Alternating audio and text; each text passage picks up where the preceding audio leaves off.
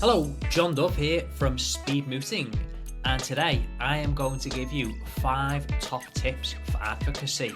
So you might find that you are in an advocacy or a mooting competition, you've got a piece of advocacy to perform for a training contract or a pupillage interview, or you just generally want to improve your skills. Hopefully this video will help you. Number 1 is practice.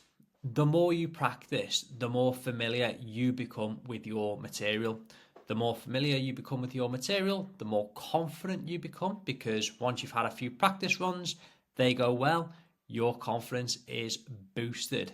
And also it means that you can be quite dynamic with your submissions and therefore not wooden.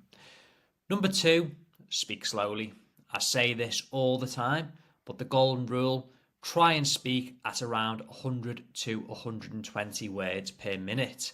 So if you have 5 minutes of submissions to present, you want around 500 to 620 words as part of your presentation. Number 3, prepare. So you might be facing judicial intervention, so you need to be prepared. Think about where the strengths in your opponent's case lie. Think about where the weaknesses in your case lie. And that is where you are likely to experience questions in relation to judicial intervention.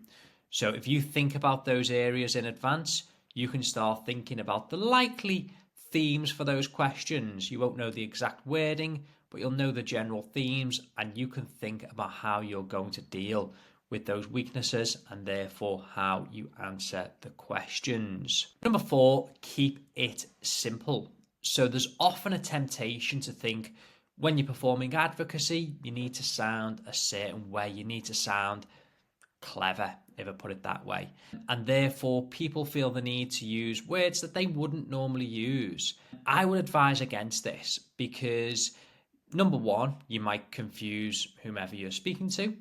Number 2, you might put yourself outside of your comfort zone. And number 3, it just makes life more difficult for yourself. Quite often, a simple argument is a logical argument and therefore easier to follow.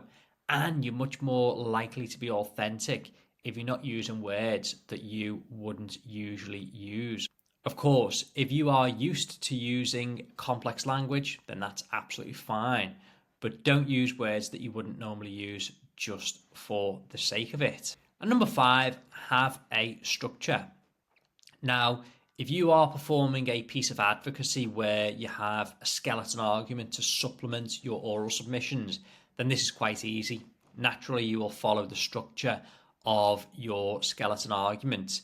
If you're doing something whereby you wouldn't have a skeleton argument, so for example, a bail application or a plea and mitigation, then you still need a structure. A structure is important, and that allows your tribunal to follow what you are saying.